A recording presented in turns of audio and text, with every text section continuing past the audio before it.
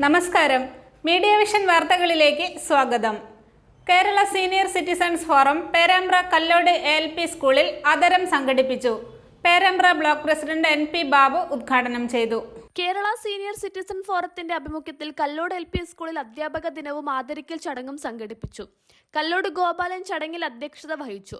Perambra block panchayat president NP Babu ഉദ്ഘാടനം ചെയ്തു. കുട്ടികൾക്ക് ഫ്രീ ആണ്. 18 വയസ്സ് ചെറിയ കുട്ടി അവിടെ രാത്രി ചെന്നാൽ നിങ്ങൾക്ക് ഒരു നേരത്തെ മരുന്നാണ് കുട്ടികൾക്ക് തർക്കമില്ലാണ്. ചിലപ്പോൾ സേവനങ്ങളെല്ലാം പെട്ടിട്ടില്ല. അതുകൊണ്ടാണ് കഴിഞ്ഞ ദിവസം അതിന്റെ തറക്കല്ലിടൽ പുതിയ കെട്ടിടത്തിന്റെ നിർമ്മാണ പ്രവർത്തനം പൂർത്തീകരിക്കുന്ന മുറയ്ക്ക് എല്ലാ തസ്തികളും നമുക്ക് ആരംഭിക്കാൻ കഴിയും.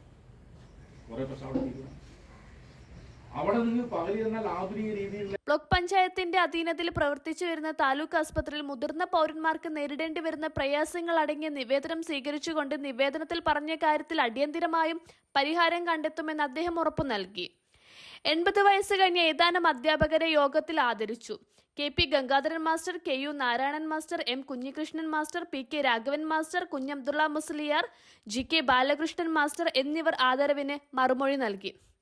5ാം ward member Vinodan Thiruvoth, Pootheri Damodaran Nair, Dakshayani Amma, Narayanan Kurungott, GK Kunhikannan, NM Narayanan, KM ബാലൻ, KP കുഞ്ഞിക്കണ്ണൻ എന്നിവർ ആശംസ അർപ്പിച്ചു സംസാരിച്ചു. സിറ്റിസൺ ഫോറത്തിന്റെ സംസ്ഥാന ജില്ലാ കമ്മിറ്റിയുടെ തീരുമാനപ്രകാരം